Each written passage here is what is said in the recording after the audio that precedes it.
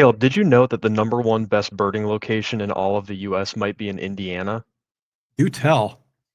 Well, we're going to talk about that today, and this is going to be a little controversial episode, differently controversial than our last episode, which is about the mass slaughter of a loved owl species. But nonetheless, people will have disagreements about this. Little lower stakes this time, methinks. Yeah.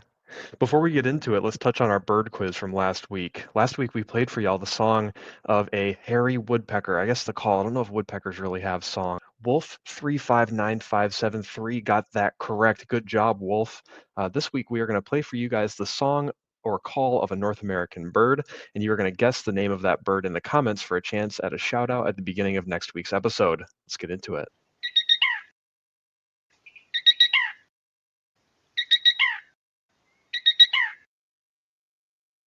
All right, that's all you get.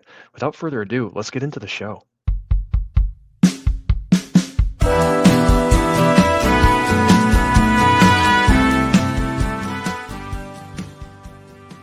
All right, Caleb.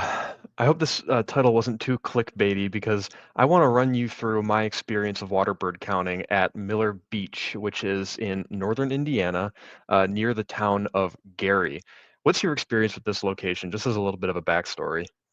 Wow, I mean, what we all know Gary as is when you're driving to Chicago, it's like the industrial capital full of pollution and urban blight, basically. So I never thought of it as a place where you'd have any interest in doing something in the natural world. But to the contrary, that was wrong. Similar to like Detroit with the Detroit River, everybody, yeah, it's an incredible ecosystem down there, right? With sturgeon and all the rest now.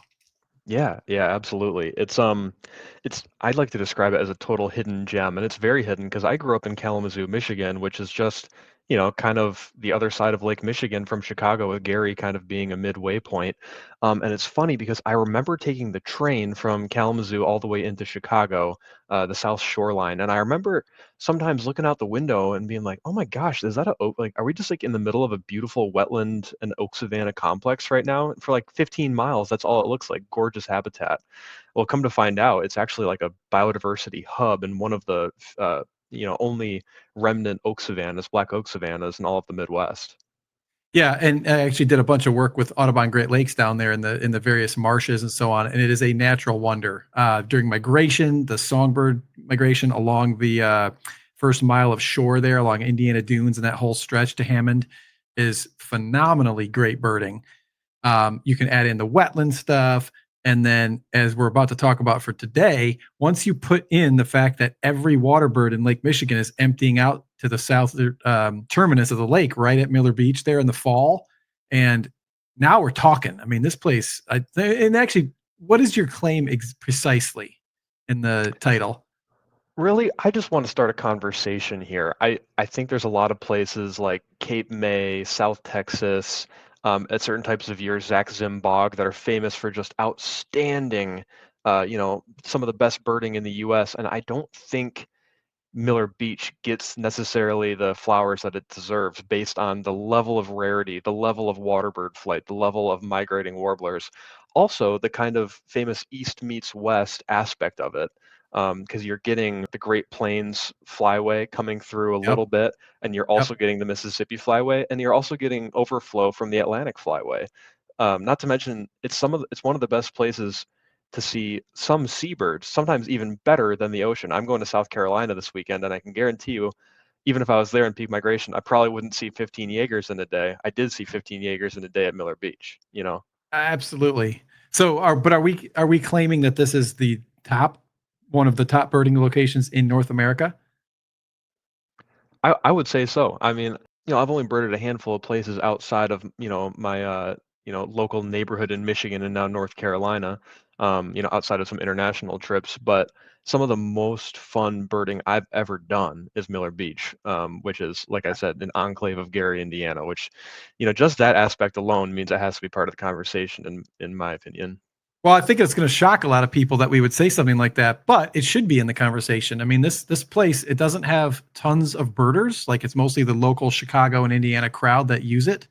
Even Michiganders tend to avoid this. But if you want to talk about taking a huge water body full of migrating water birds, ducks, waterfowl, and all the rest, and bringing them right to the exact same point at the southern terminus, I don't know that it gets better anywhere.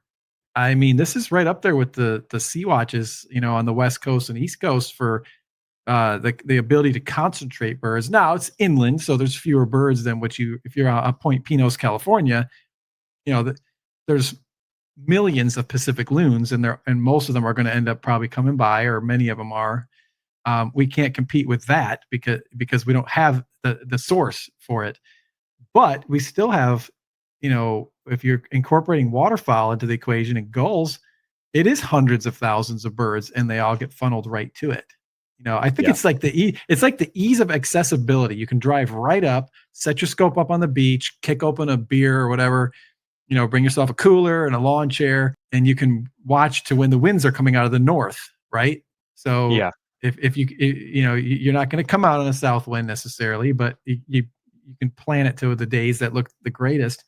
And I have had some phenomenal experiences there, and I've only been there maybe 10 times ever. I like what you said about the north wind thing. Part of the reason I got hired to run the waterbird count at Miller Beach was to see um, most of the people. It's a famous spot. People have been coming there since the 80s, really, is when the people figured out that they could go there and see some amazing flights. But they figured out that these cold fronts and north winds were really good times to see migrating birds like jaegers, which is like the crown jewel for Midwestern birders, apparently. And I actually saw several Jaegers on days with south winds, which is something that was kind of unknown to a lot of the birders in the community because they never come Ah, up during south winds because, yeah, there's fewer Jaegers. interesting. But, there's always that time of year, there's always Jaegers in the lake, and they're all basically flying south. So it makes sense that you'd still pick some up. Why don't we start by just showing people where it's at? So Yeah. essentially, you back out to Lake Michigan here, big old body of fresh water here. Any water bird that's out here, so it's full of like loons, grebes, and waterfowl and gulls. Even certain other taxa that tend to migrate along the lakeshore. And Yeah. as they're coming south out here in the fall, they're trying to avoid going near land. And so we actually find, I'll give you another an interesting discussion point. We will go out in the water here along the Michigan side of the lake, maybe out to 5 to 10 miles out. We hardly get anything. So these birds are further out in the middle of the lake trying to avoid coming to land. But when it's time to make the hop from the lake all the way to the ocean or to the Gulf here, there comes a point where you have to cut inland. And so what these birds will do is they're more willing to come near shore when they get down to the southern thing, and they'll go back and forth like this, and they'll get in like a holding pattern where they're trying to get up the courage to get up high and go. And is that your experience, Will? I mean, it's Oh, yeah. it just you end up, whether they come from the west or from the east, eventually a lot of this stuff will just lift up, and you'll see it just shooting south up high, heading inland. And what was interesting about this is you see that a lot with sternaterns and a lot with Jaegers, where they'll be kind of feeding out there all day, and then at some point a flock of them will get up and just they'll get quarter mile up, half mile up, it seems like, and then just take off south. I saw a Sabin gull do that actually on Ooh, the waterbird count. But what's funny is you actually don't see a lot of the ducks doing that. The ducks just seem to stay there or disappear out to the east or to the west. And that could be because maybe they're more comfortable hanging out because, a lot of those like Athia, Greater Scop, Lesser Scop will hang out until November, December sometimes. So maybe yeah, there's yeah. just less of a motivation for them to get up and go all at once. And a lot of those waterfowl are able to spend their year on fresh water. They don't need to get. They're not in a rush to get to salt water and to get to the southern oceans in the way that Jaegers are. A common loon is another example. They stage out in Lake Michigan in like July and do a big molt out there when they're kind of out in the middle of the lake. And then once you hit August, September, the wing feathers are back on. They can fly, and it's. I don't think that they're in a rush in the same way either, because they do winter in the salt water and the Gulf and so on, but they also, I mean, a few of them even winter on Lake Michigan. So like they're just not in quite as big of a rush to get near shore and finally take the plunge and come within sight of the beach, right? It's Yeah. just the issue is when they come, how many of these birds are willing to come within sight of the beach? That seems to be the big one. There was a day where there was a really nice north wind, and it would have been like late September, right in the peak time for Jaegers. And we watched from New Buffalo, Michigan, which is right at the southwestern corner of Lake Michigan, or excuse me, of Michigan, on the lake. Mhm. and I was in communication with the birders who were at Miller Beach that day. They had 45 Jaegers, mostly so close that they knew what species they were. Mostly parasitics, of course. Couple of long tails mixed in. Yeah. Guess how many we had in New Buffalo, which is like, what is it, like 12 miles to the east, just right up the shore. We had one, and it was so Mm. far out we couldn't identify it. So, there really is something very uniquely special going on when you get to the very southern tip. Yeah. Absolutely. Caleb, if you're cool with that, I'm gonna just pull up a slideshow presentation that I made with lots of like just like the coolest highlights from this trip. Are you ready for that? Let's do it. All right, so I will present here. First of all, this photo right here is probably my favorite photo that I took on the entire waterbird count. I think it was in the afternoon after a lot of the other lake watchers had left, but I was there. I had to count until 2 or 3 p.m. that day. These two Jaegers come down the beach and they just kind of are lollygagging, flying around, chasing each other, playing around. They're such a playful group of birds, and for a while they were in front of the Chicago skyline here. So I just find this photo to be deeply emblematic of what it looks like here at And Miller it Beach. it also captures the gray sky, and you just know that if you're standing there when that happened, you're getting a stiff cold wind in the face when you got that. Mhm. And that That's little exactly haze right. layer enveloping the top of the Willis Tower and all that. Yeah. So cool. Like we said, Miller, Indiana is at the very southern tip of Lake Michigan, and it is an enclave surrounded by the city of Gary. Both Indiana Dunes National Park and Miller Beach are recognized separately as important bird areas, which is a program that you actually have a history with, right? Yeah, yeah. I was the Michigan IBA program coordinator for almost 15 years for National Audubon. That's cool. Yeah, Yeah, yeah. it makes total sense. So, in the 1950s, birders started to take to the Indiana lakefront, and I think it was a lot of Chicago birders. It was obviously a big hub even back then. And by the 1980s, Miller Beach was known as one of the best lake watching sites in the Midwest. So, at this point, it would be being compared against, gosh, were people lake watching at Whitefish Point in the 80s? Yeah, they for sure were. Yeah, they were. I don't know how systematic it was until you reach about the 70s. There was no systematic effort. I think it got better around the 80s. They started to lock in and have somebody on site most of the time. Yeah. And the reason why people really like lake watching in the Great Lakes is because at a certain times of years you can see birds that people probably before that thought were impossible to find on the Great Lakes, like black-legged kittiwake, Savin's gull, little gull, and Jaegers. So the purpose of this count was to get comprehensive data on migration patterns at this site, which had a ton of history, especially for Indiana birders, as being some of the best birding in the state. I would say the best birding in the state, and also Gotta be. get a handle, yeah, and also to get a handle on what is being missed on days when lake watchers don't come out, like weekdays and south wind days. And interestingly, this is what set this count apart from a lot of other water bird counts. The motivating factor of this was really to discover the true volume of Jaeger movement at this site in a longitudinal way, to see, how it really does stand up against some of the more pelagic sea watching sites. So really quick, and you can help me with this. Jaegers are such a fun group of birds. I think it's definitely my favorite group, and I usually tell people my favorite bird in the world is a long-tailed Jaeger, especially that adult breeding plumage. It is just such a knockout. It's hard to disagree with this. Will there's nothing sexier that's the combination of rare and really cool looking, and you have the common one, the parasitic. It's exciting in and of itself, right? But the other two, at least in the Great Lakes, are very rare. Both of them are very rare. You always have the chance when you get on a Jaeger that it could be one of the rare ones, and it's so Yeah, I don't know. It's just pure excitement being out there. yeah. So these birds, they're Arctic breeding seabirds in the skua family. So it's the genus Stercorarius. And the Jaegers are the three smallest skuas. They're all in the same genus, but these are the three small ones, and they're the only ones that are really regularly found in the inland regions of the United States, and only during migration. The most common one is the parasitic Jaeger, which is the top bird here, and then the long-tailed Jaeger, and then the Pomeran, which is the most rare.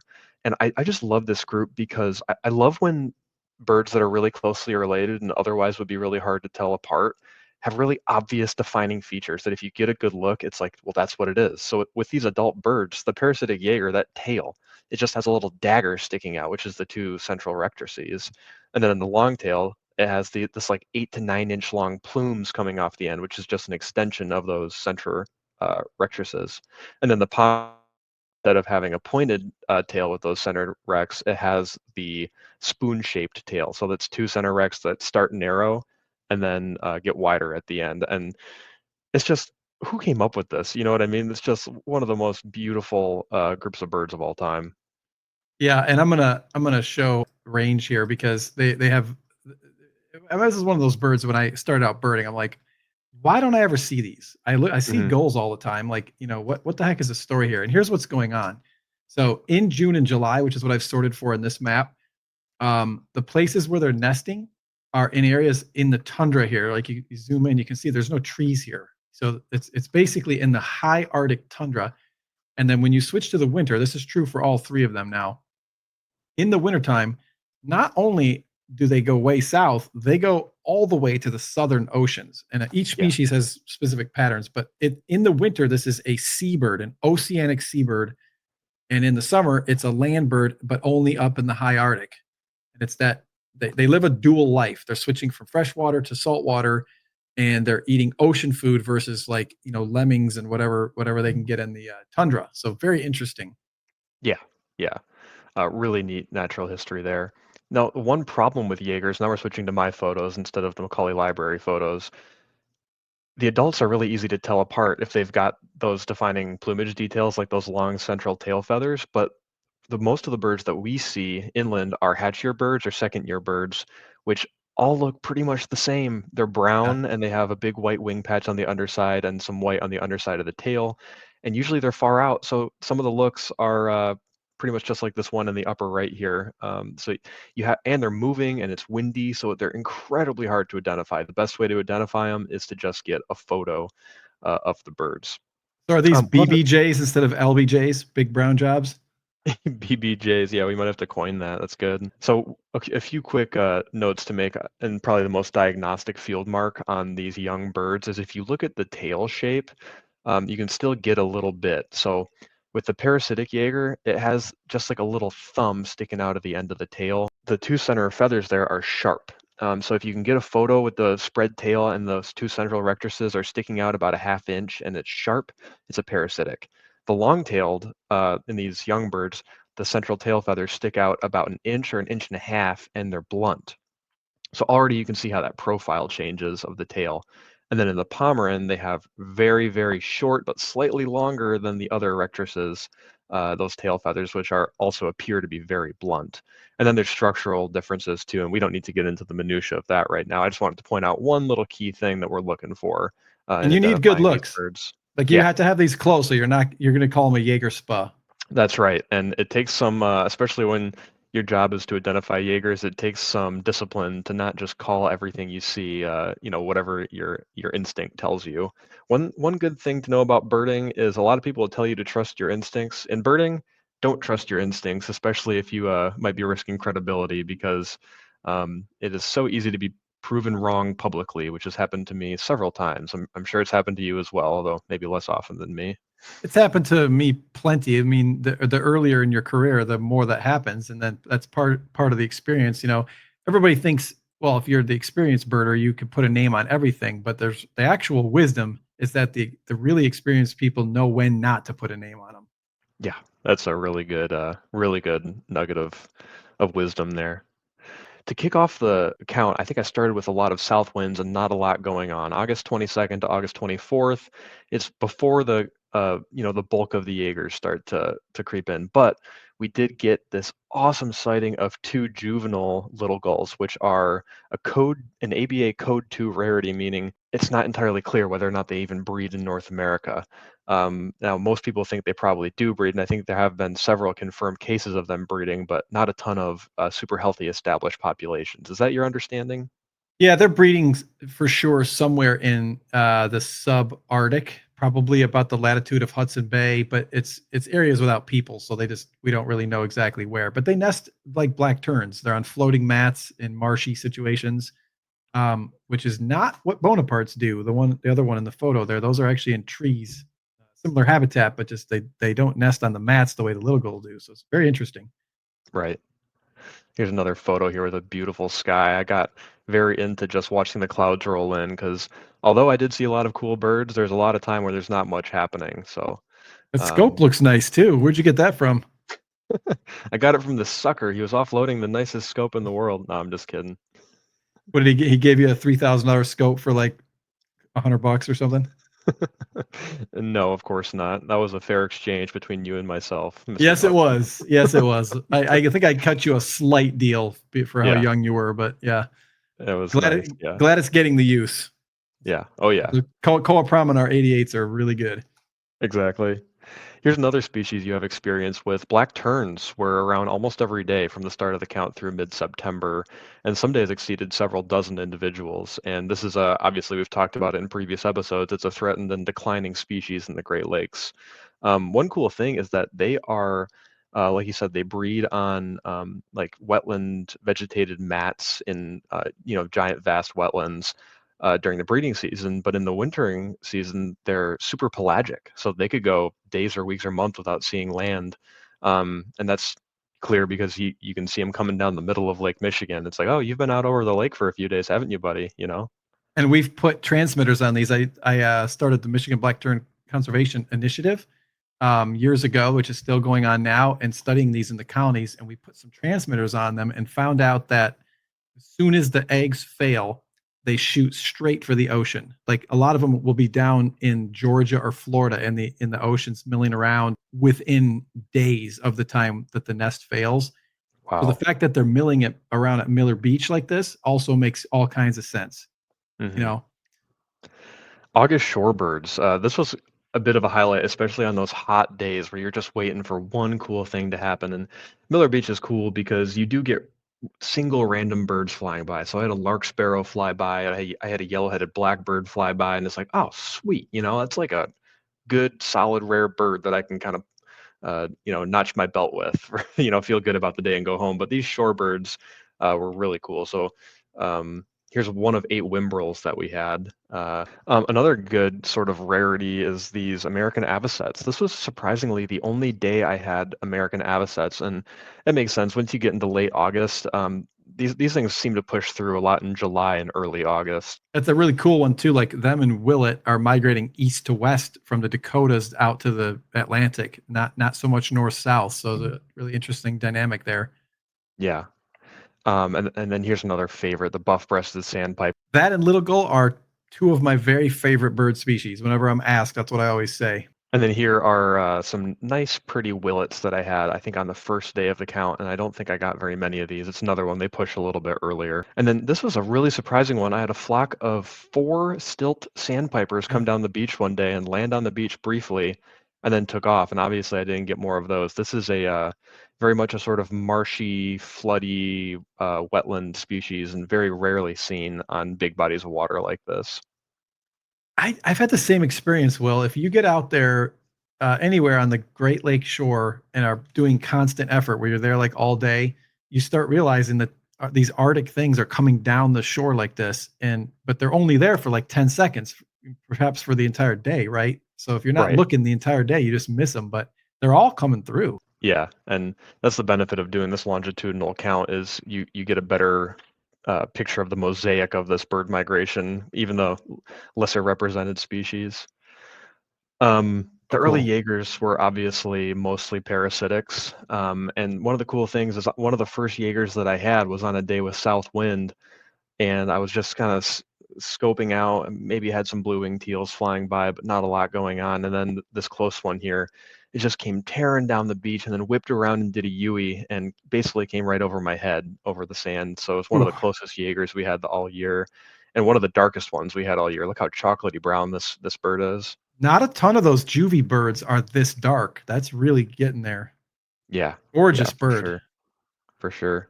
This one on the left here was on a day where we had a ton of Jaegers, and Ryan Sanderson, a photographer, would bring dog food and bread to try to get the gulls all stirred up, and actually brought a lot of Jaegers quite close to the beach to go check it out. So right There's down these. fewer great joys in life, Will, than watching a parasitic Jaeger attacking a gull or a tern. Oh, it Yeah, just For anybody that hasn't seen it, the bird is aggressively going after the target and trying to get it to cough up its meal. And the bird eventually learns, and most of them seem like they know it already, but the Jaeger will stop pursuing them if they just give up the food that's in their crop and just spit it out. And then, so yeah, that's what they do. They run around kleptoparasitizing everything else and stealing food. As far as I know, they don't catch their own food.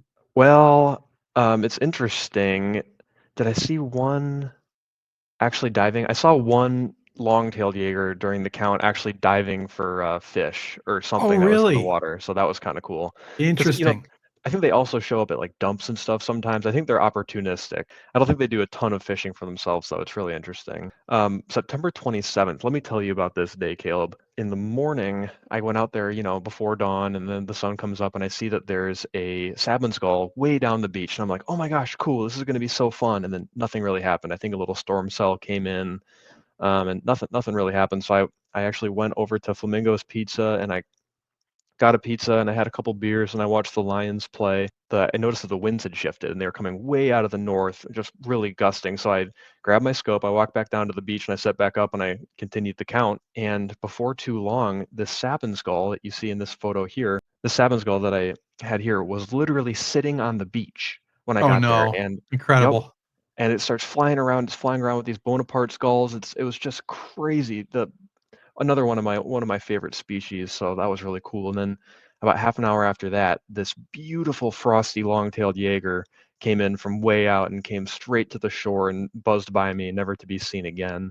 And this was the only long-tailed Jaeger that I saw that had that frosty white head, which is just totally characteristic of the species and super fun. Of the pale juveniles, that's a really great field mark, that kind of white-headed look. One other thing we should totally draw attention to, if you can use your cursor, but on that upper right bird, on the lower wing, in the big white primary patch, there is a notch on P9, which Alvaro Jaramillo and others have been keying in on actual pelagic trips as a really good field mark to tell a juvie long-tailed from a juvie of parasitic or palm.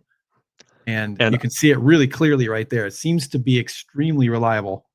yeah, yeah, and it came in handy several times during the count.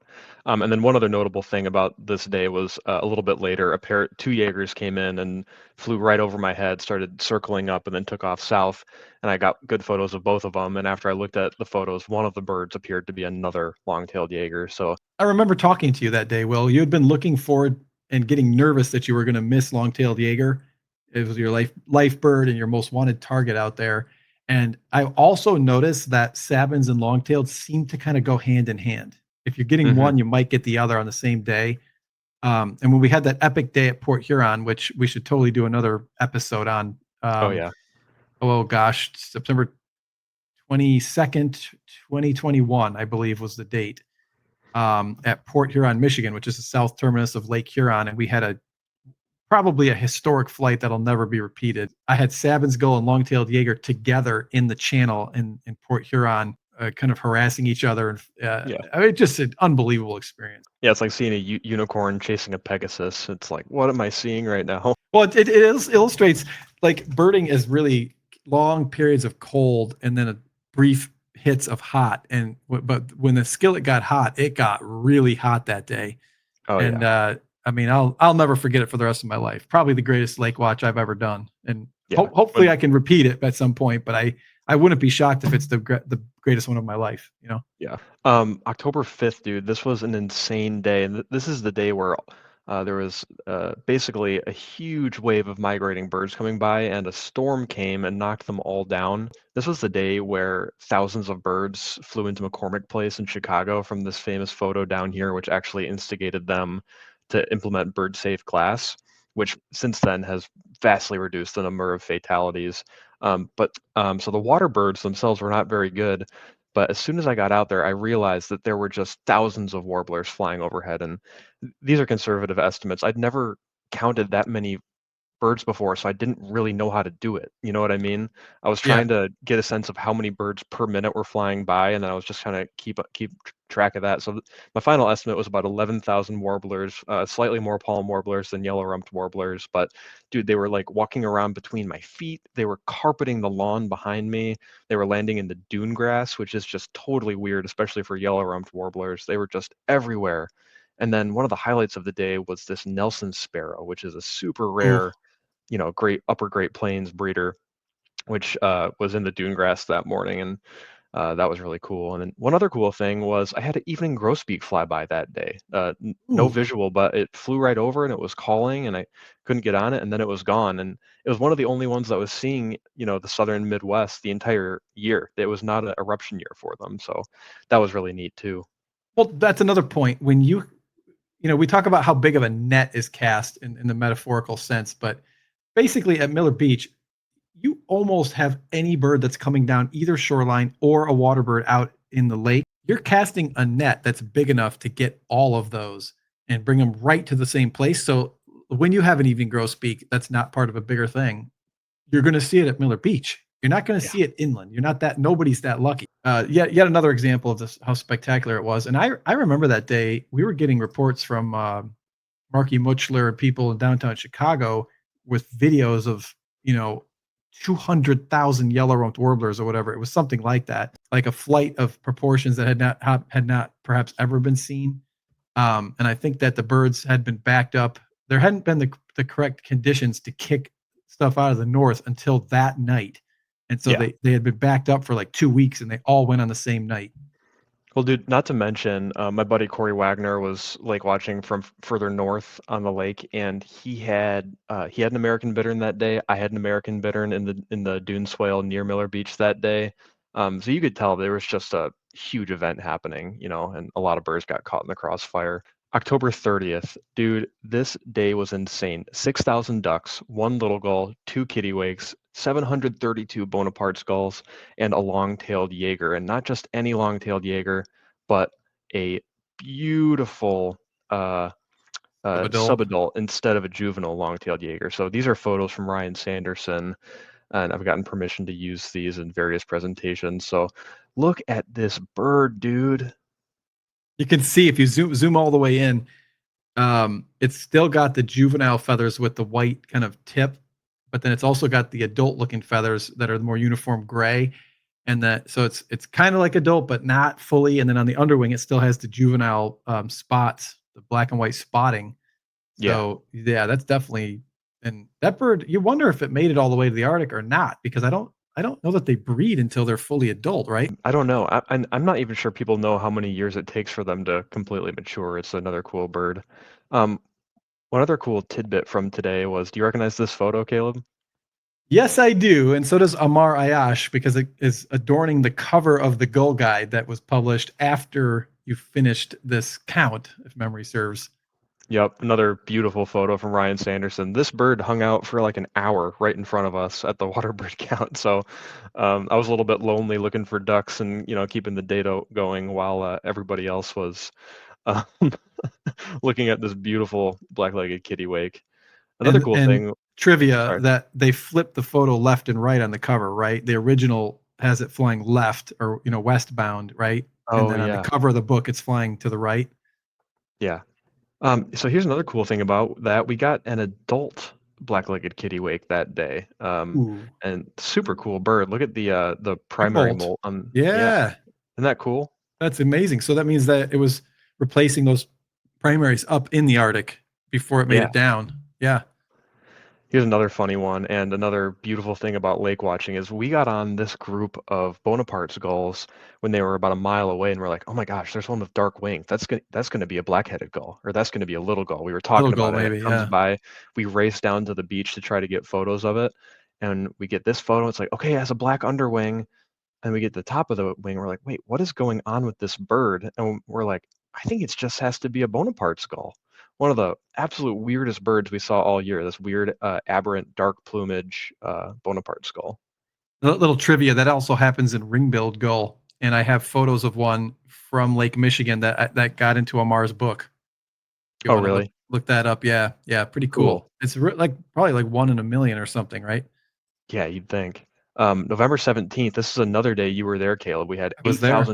8,000 ducks, two Harlequin ducks, four kittiwakes. Oh, four kittiwakes. That was a spoiler. 69 Franklin's gulls, two short-eared owls, and three Iceland gulls. And then there was this event that happened right here. I like this photo also because it captures the vibe at the waterbird count, sort of anxious excitement with the Chicago skyline in the background. Here you are staring at your photos. Everybody's looking at their photos and discussing. Do you know what we were discussing? I do, because you had been wanting Pomeranian Jaeger all season and you didn't have one. And was this not like the last day of the count, or the last expected north wind of Yeah. the count, something like that? It was, yeah, so it was like 2 weeks before the end of the count and the only foreseeable cold front that was going to come in during that time frame. And it was past the peak for Pomeranian Jaeger, and we hadn't gotten one yet. So, And I y- remember being there. There was like no Jaegers coming, but then at sort of maybe toward the end of the count, a Jaeger finally appeared, milled around way out there, and then finally, after all this lollygagging around, gets up and comes right overhead. It was high, but like, yeah, right there, exactly. yep. And so I remember getting all these photos, and we're like, oh, it's got to be a parasitic, right? It just, it was all dark and Yeah, so we were looking at this bird, and we had called it a parasitic, and it just kept coming closer and closer, circling around first way out to our west, and then it got right over our head, and we started picking up on a few features of this bird. And I like this photo the most because when I saw this photo, I went, "Oh, that's a palm," because it's got the body of a freaking football, a big bill sticking out, and then another good angle is this one here. Here's one of your photos, and I think you got the best photos of anybody there. It's got the double white wing flash on the primary coverts and the primary itself. It's got this sort of white blonde mane look. Again, a big bill sticking out, and then kind of like the clincher here is that tail shape. Just classic Pomeranian Jaeger. So the looks blunt, were terrible, but real short streamers and real blunt on young palms. that's right. So yeah, just also really thick wings and kind of short-tailed look and really bullheaded and thick-necked.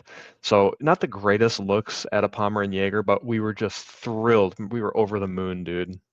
Oh, especially all of us were, but especially you, Will, because you put in all that effort and you thought you were going to miss Pomeranian. But Yeah. the other thing I remember about this, we were discussing it with a bunch of experts because we were like, should it be a little bit bulkier and thicker wing and bigger build? And it was very interesting to get reactions from some of the experts on the oceans who were just like, "Oh, guys, I get why you're doing this and worried about it, but don't worry. This is a clear cut Pomeranian. At least in Michigan, that's a review bird, right? It's a really rare bird. Indiana, maybe less It so just isn't because of Miller Beach, but it is an it's also a review bird in Indiana. It's not even annual in Indiana. They don't get them in Indiana as much as they get them on Lake Erie and Lake Ontario. So they missed this bird in 2022, and they missed it last year as well. So as of now, this is the only Pomeranian Jaeger seen in Indiana, I believe, in the last 4 years, well, if I'm not lucky mistaken. us. I Yeah, mean, and I'm trying to think of seriously. the times I've seen it in Michigan, once or twice. No, actually, it was just at Port Huron at that big day that I referred to from 2021 or 2022. Dude, what a way to cap the season off! And I mean, I just remember high fiving, and there was real Oh yeah. magic in the air that day. Yeah, absolutely. At the end of the count, we had 104,000 individual birds counted, 173 species, 95 Jaegers recorded on the entire Indiana lakefront, not including Miller Beach and all the way over to the Michigan border and the Illinois border. Okay, to wrap up this conversation here, have I can made any sort of argument for adding Miller Beach to the sort of all-time great birding destinations in North America? I think if I were a birder in September, late September and early October, I don't think there's a place I would necessarily want to be more than the Miller Beach area. And to summarize, because of the waterbird factor, the migration, the Jaegers, don't get me wrong, that's amazing, but you also have access to the 15,000 acre state park that you're surrounded by and the awesome dune and black oak savanna habitat. So Cowles Bog, the Great Marsh, all these different units of the national park. Those places are chock full of good birds and like potential rarities as well. Harris's sparrow showed up at Marquette Park while I was counting there. So just lots of cool stuff. Yeah, I mean, in the scheme of North America, I wouldn't say that this site supersedes the Cape Mays and the Point Pinos, California, those types of sites. But the thing is I think that it is underrepresented in the discussion. I don't think enough of the national scene has made it there. And I do think pound for pound, this thing hits really hard. It is a fantastic site, and I would highly recommend people from everywhere try to get there in September, October, if you happen to be in Chicago. Take half a day on a cold north wind and come over there and check it out, enjoy it because you just don't know. Oh, You know? yeah. Yeah, lots of goodies. Okay, to wrap this up, in lieu of a bird of the week segment, I'm going to be near Charleston, South Carolina this weekend. You're going to be in Wisconsin. We should name one bird that we could see this weekend that we're not going to be able to see at our own homes. And this is going to be a great example of how great birding is as a hobbyist because you can drive 3 or 4 hours in one direction and have access to a completely different avifauna situation. So, what comes to mind for you? Very, very easy. Kelp gull. There is Ah, this bizarre record that has been nesting in Milwaukee, Wisconsin, of a kelp gull that apparently was present last summer. People took photos of it on a building on the Milwaukee lakefront, and they thought it was going to be a great blackback gull, but nobody looked at the photos until the season was over, and they thought, well, that might be a kelp gull. So Amar Ayash went up there to check on it again. It came back, it was still there, and it appears to be a pure kelp gull. So it's like maybe one of the only ones in North America currently, or in the US anyway. yeah. So And we will certainly go to try to see that bird. this is a bird, by the way, that is more frequently recorded in Antarctica than it is in the US. So that's how rare this bird is. So one bird that I think I might have a good shot at seeing is not a sabin skull, but an anhinga. This is a bird that this time of year can kind of come to the Charlotte area, but they're still pretty uncommon. But I think down south a little bit further and a little closer to the ocean, I think I'll have a pretty darn good chance at finding one of these really cool birds. No doubt about that. They will most definitely be there. The water turkey, the darter, a couple That's of right. cool different names for them. Anhinga, anhinga, if you're speaking Latin. That's right. It's one of those few where the common name is the same as both words in the Latin name. So it's Anhinga is Anhinga Anhinga. Yeah. Yep. Genus, Who knew? species. Well, I guess that wraps it up for today. Thanks everybody for tuning in to this episode of the Real Birding Podcast. We really appreciate you following along. By the way, we're only about 30 followers away or subscribers away from 400 on YouTube. So if you think you know somebody who would like our content, feel free to like, share, and subscribe and send this video right over to them.